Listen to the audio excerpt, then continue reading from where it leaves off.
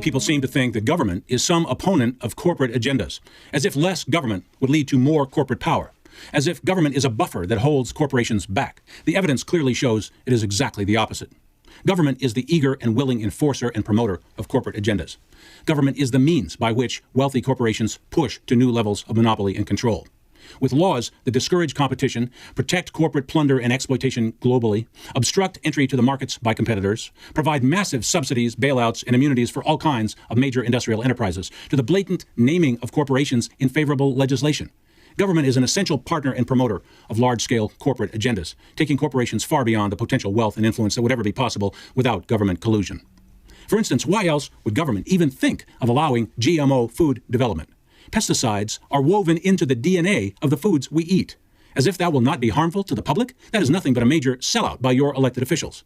And wireless technologies, one of the most profitable corporate enterprises of the century, are being permitted to the point where our environments are now flooded with thousands of times the radio frequency pollution that are recommended even by government.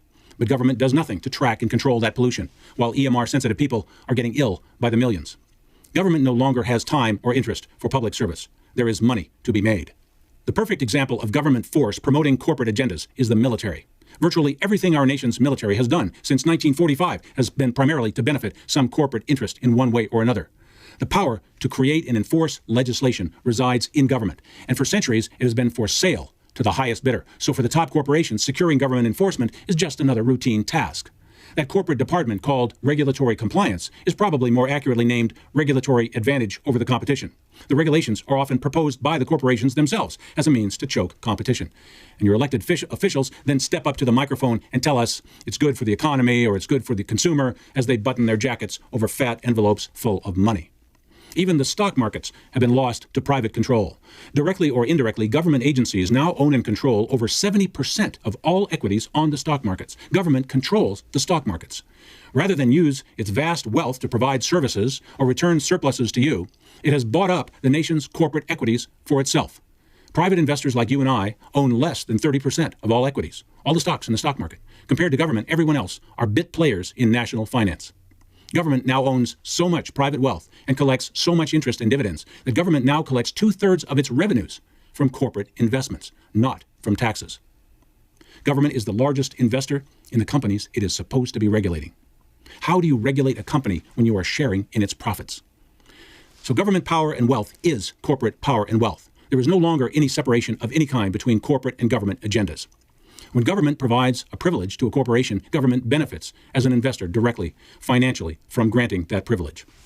As a corporate investor, government directly profits from the laws it passes. There could not be a more corrupt incentive or moral hazard. Whenever government faces the choice of corporate service or public service, it will always choose corporate service if the corporation is large, wealthy, and in the government's investment portfolio. This problem with government is not subject to reform. It is systemic, entrenched, and carved in stone in the form of hundreds of thousands of laws and regulations. It is the way government functions and avoids bankruptcy. After generations of irresponsible fiscal mismanagement, government as we know it can no longer be sustained without the corporate partnerships. Many of us wonder why, when government is supposed to be serving us, it simply seems to treat us as a revenue source, and government decisions seem to always go to the advantage and power of corporations, no matter how loud the public outcry or the protest is. Well, now you know why. Corporate power will never be reduced until government power, force, wealth, and statutory volume is reduced. In order to reduce corporate power, our legislators will have to go through each of our laws, one by one, and pick out the parts that grant advantage, subsidy, immunity, authority, and monopoly to corporations, and they will have to strike every word of that. Our statutes are literally saturated and littered with that garbage. Legislation can be bought for the cost of a weekend vacation.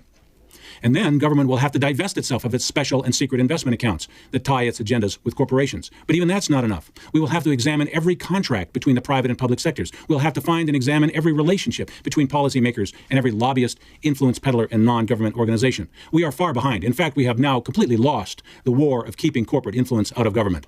That is why some people say we just have to have less government. It's the only apparent remaining solution. Our legislators are not going to stop playing their corrupt games and take a meat axe to corporate-sponsored legislation. It is clear that reform by democratic process is no longer possible, if it ever was. So the idea that government is good and corporations are bad is nothing more than a dangerous delusion. They are now both embedded elements of a fully integrated racket that feeds as a parasite from the earnings, wealth, assets, and opportunities of every American. When people are demonizing corporations, they often demonize the word capitalism. Don't make the mistake of using the word capitalism to describe anything going on today. Capitalism is entrepreneurship that is unassisted and unhindered by government. You can no longer develop any enterprise without being required to engage all kinds of relationships with government as regulator, licensor, permitter, taxing agent, and beggar for political contributions. And government no longer acts without considering the revenue potential of its actions. That thing called profit in corporations is called revenue in government. Don't be fooled. They are the same thing. And government is a for-profit operation. If you are trying to start or run a business and you're not ready to partner with government, to pay permits, fees, and taxes, to open your records to government, to comply with whatever they call a regulation, you are literally prohibited from participating in commerce. That means that capitalism and free enterprise do not exist. The free market is not there. The market only receives what the filters of government allow through, and the filters are now dense and many. We cannot claim that capitalism is a problem when it does not even exist according to its definition. True capitalists operate on their reputations. When government protects and enforces your crimes, you don't need to worry about your reputation. If any enterprise succeeds today, it means they have willingly formed that partnership with government. They have paid their extortion monies, they have bowed down to the great bureaucrats, they have done things the government way, and government has once again become the non-producing beneficiary of our productivity. Government will never protect you from corporate evil. Government is the greatest benefactor of that evil. Government is the facilitator, protector, enforcer of corporate agendas to its own profit and power. It is simple force and extortion. Government is not the highway. Government is the toll gate. Since there is no distinction between government power and corporate power, the choice, your choice, is collective power versus your personal freedoms, rights, and opportunities. Institutional power against your self-determination.